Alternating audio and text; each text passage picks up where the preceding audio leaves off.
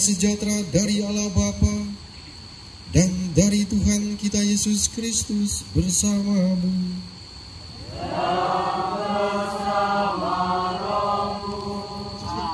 Selamat malam semuanya.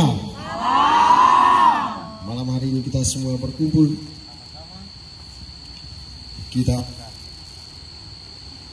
bermalam bersama-sama pada malam hari ini sampai pagi dalam suasana kebersamaan. Kita perjalanan kita, refleksi kita sepanjang hari ini dengan membuka melalui perayaan Ekaristi. Kita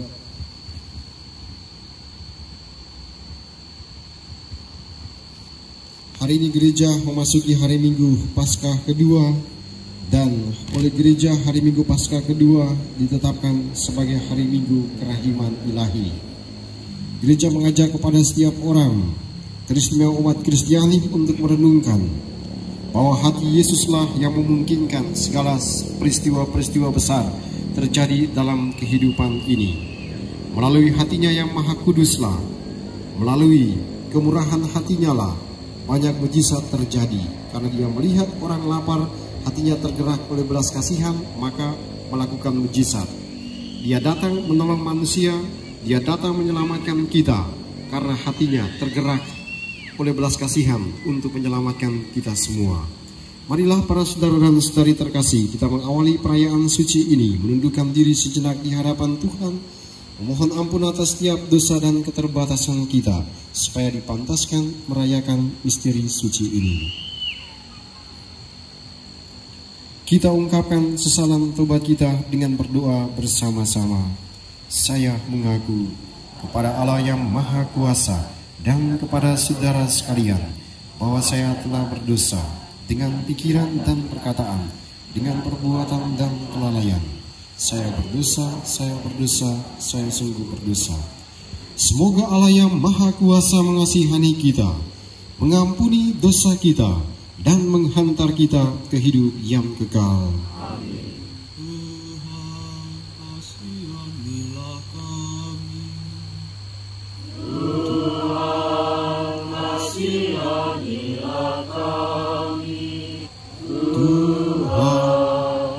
Kasihanilah kami, kemuliaan kepada Allah di surga.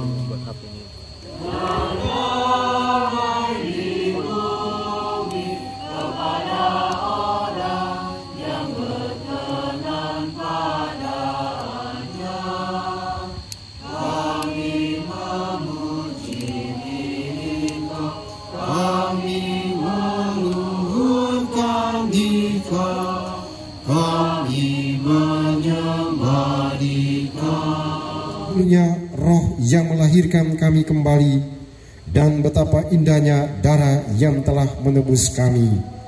Demi Yesus Kristus Putramu Tuhan dan pengantara kami, yang hidup dan berkuasa bersama Dikau dalam persatuan Roh Kudus, Allah sepanjang segala masa.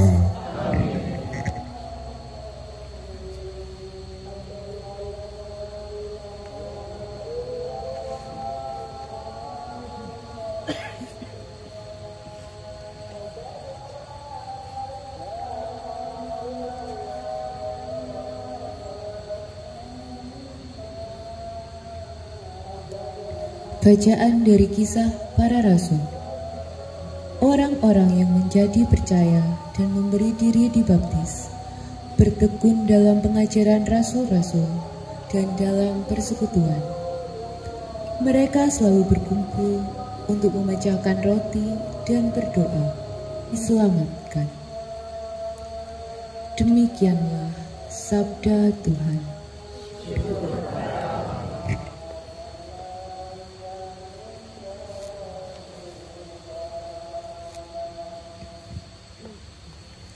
Bersyukurlah kepada Tuhan, sebab Ia baik, kekal abadi kasih setianya. Bersyukurlah kepada Tuhan, sebab Ia baik, kekal abadi kasih setianya. Biarlah Israel berkata, kekal abadi kasih setianya. Biarlah kaum Harun berkata, Dia berjalan bersama dua murid di Emmaus karena mereka mengalami ketakutan, mengalami kecemasan. Dia kemudian berjumpa dengan Petrus dan kawan-kawan. Dia katakan, "Duk in altum, tebarkan jalamu di sebelah kanan dan akan mendapatkan ikan." Semua itu dilakukan oleh Yesus untuk mengatakan kepada para murid bahwa inilah aku. Tetapi dalam kisah-kisah Injil itu dikatakan terkadang para murid mereka lamban untuk mengetahui siapa sesungguhnya yang sementara berdiri itu, siapa sesungguhnya yang sementara berbicara itu. Mereka lamban untuk menangkap siapa sesungguhnya Yesus itu. Lamban karena apa? Karena ada ketakutan, ada kecemasan. Puncaknya hari ini kita mendengarkan Yesus dengan penuh kesabaran dia datang mendekati para murid untuk mengatakan, "Inilah saya." Tapi mereka masih lamban. Karena tadi dikatakan mereka mengalami ketakutan. Bahkan tadi dalam bacaan Injil di awal dikatakan pada waktu itu pintu-pintu rumah terkunci karena mereka takut kepada orang-orang Yahudi, para pemuka Yahudi. Nah, ketakutan akhirnya menghantarkan mereka untuk tidak lagi mengenal Yesus sesungguhnya. Yesus tahu apa yang menjadi gejolak hati para muridnya. Maka dia datang. 3 kali dia bilang apa? Damai sejahtera bagi kamu. Orang yang berada dalam suasana ketakutan, Anda, saya, kita semua, ketika kita berada dalam ketakutan, terkadang akal sehat kita tidak jalan. Dibuktikan lewat pengalaman Maria Magdalena. Saudara-saudari terkasih, lihatlah anak domba Allah. Lihatlah dia yang menghapus dosa dunia. Berbahagialah saudara-saudari yang diundang ke perjamuan anak domba.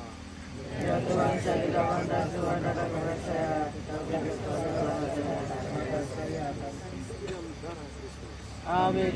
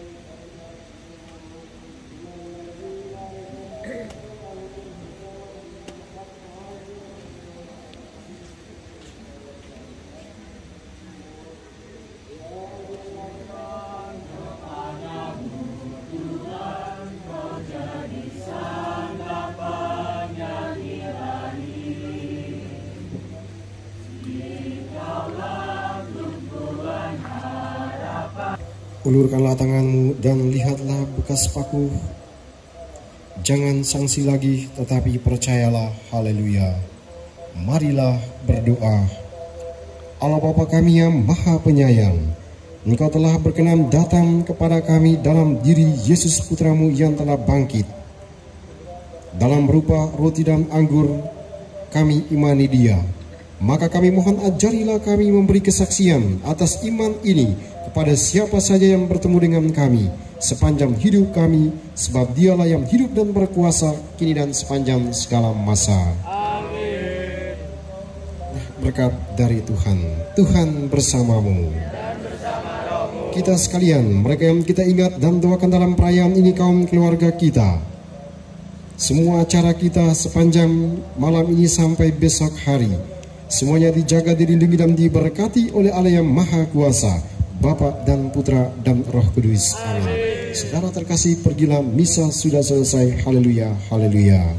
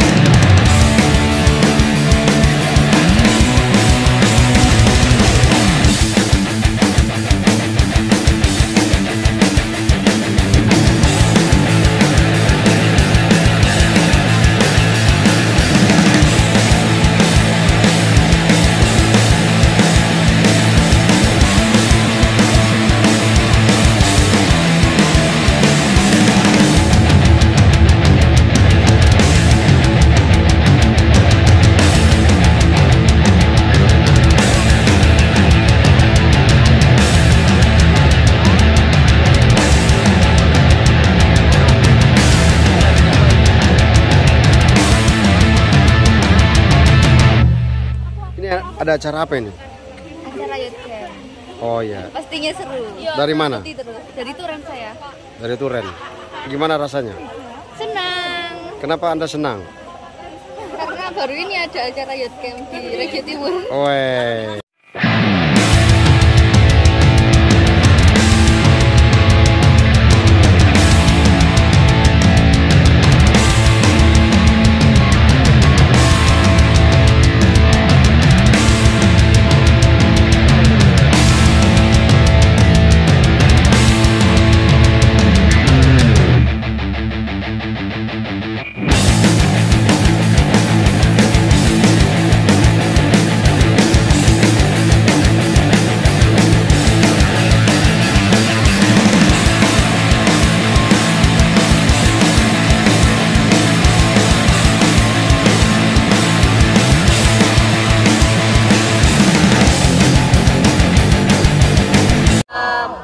malam semuanya. Selamat malam. Saya mau tanya, ini kita temanya apa dulu?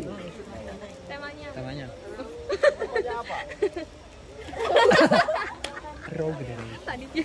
Raw generation generasi anak panah. Generasi anak panah. Sebelum kita masuk, Oke, jadi sebelum kita masuk ke tema pembahasan kita, saya ajak kita sekalian kita nonton ini dulu, biar jangan ngantuk.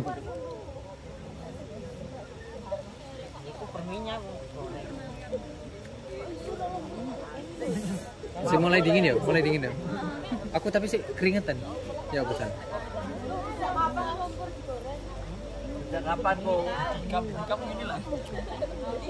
Oke, ini adalah generasi anak panah. Maka di gambar ini itu ada orang pegang panah, dia sedang memanah. Ini adalah kita, generasi anak panah. Apa tujuan yang hendak dituju? Ada sebuah cita-cita yang hendak dicapai, ada sebuah tujuan yang harus dikejar, dan itu membutuhkan sebuah fokus, sama seperti orang yang sedang panah ini. Sebelum itu, kita nonton ini dulu.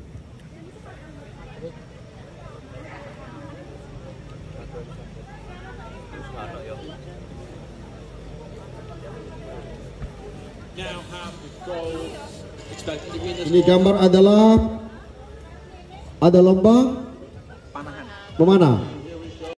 Ini cewek cantik dari Majen Tengah ini. Kita perhatikan si A dan si B ada amunisinya. Oke, kita lihat sana. Oke, coba kita lihat apa yang dia buat. Perhatikan matanya. Apa yang terjadi? Boys. 100. Coba Anda perhatikan apa yang mereka lakukan. Nah, matanya itu. Beautiful pair of shots. It's what you expect from a gold medal match. That really is.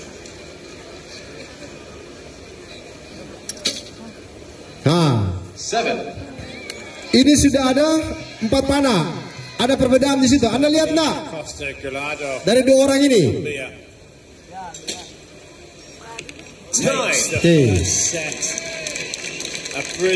Dua orang ini tadi anak panahnya 2 masuk pas di tengah-tengahnya.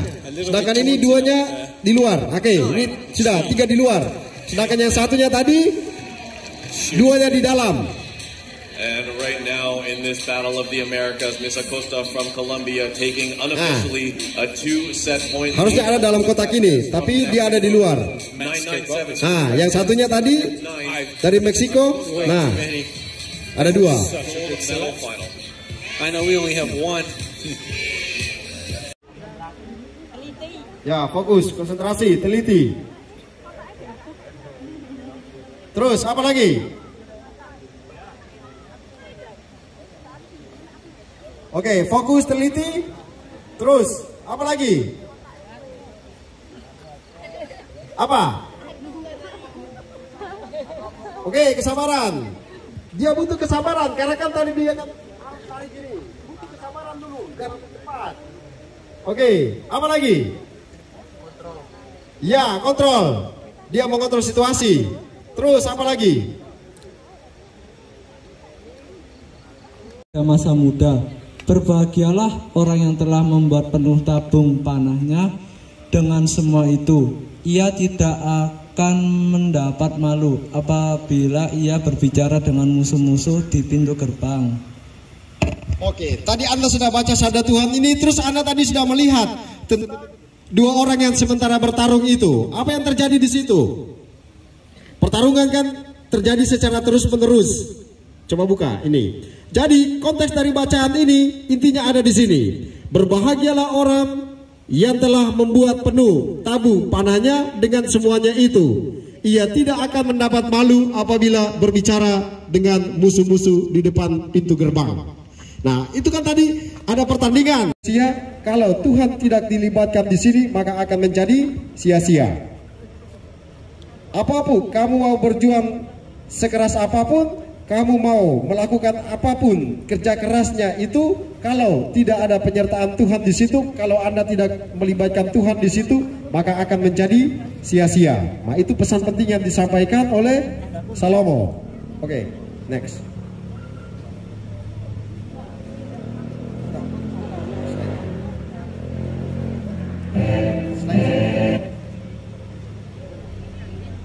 Oke, nah ini yang mau dikisahkan lewat bacaan tadi. Jikalau bukan Tuhan yang membangun rumah, sia-sialah usaha orang yang membangunnya. Jikalau bukan Tuhan yang mengawal kota, sia-sialah pengawal berjaga-jaga. Nah, coba kita lihat di sini.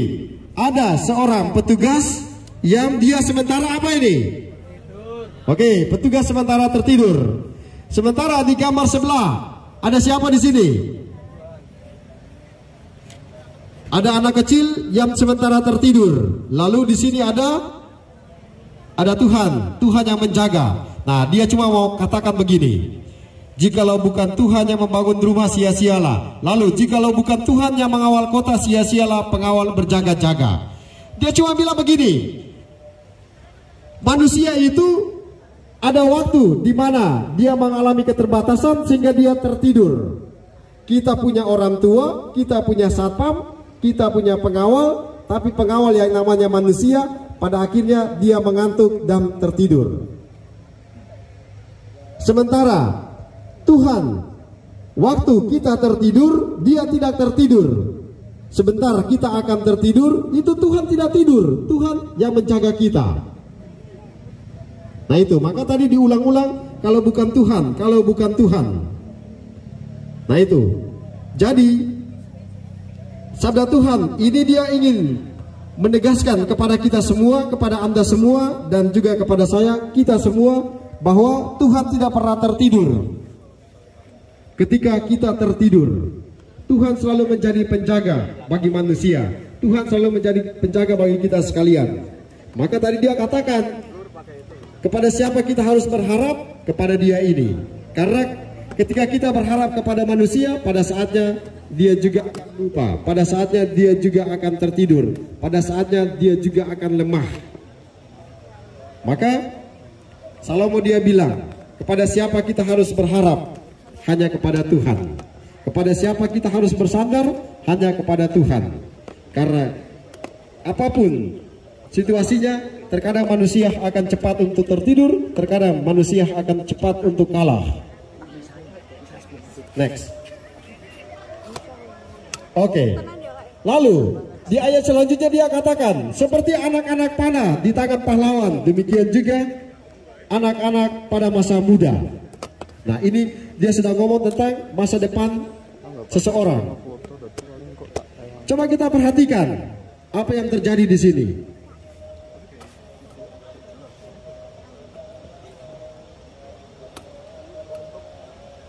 Coba perhatikan dengan seksama. Apa yang Anda tangkap dari gambar ini? Dari dua gambar ini, apa yang Anda tangkap?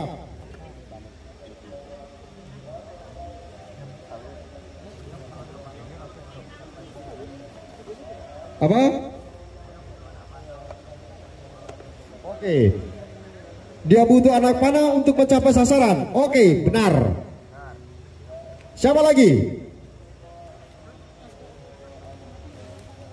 Ada yang bisa mengisahkan sesuatu tentang gambar ini?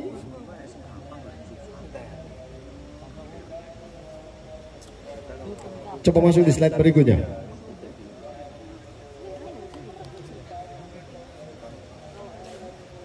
Anda bisa tangkap sesuatu dari gambar ini?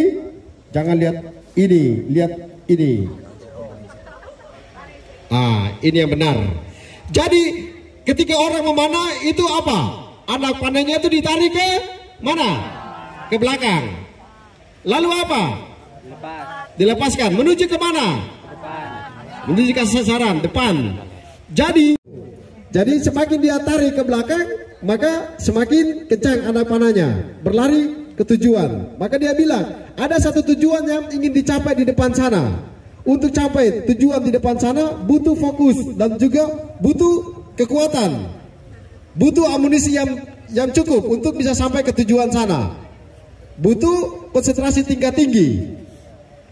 Maka dia katakan, orang yang mundur ke belakang itu jangan berpikir negatif tentang orang yang mundur ke belakang.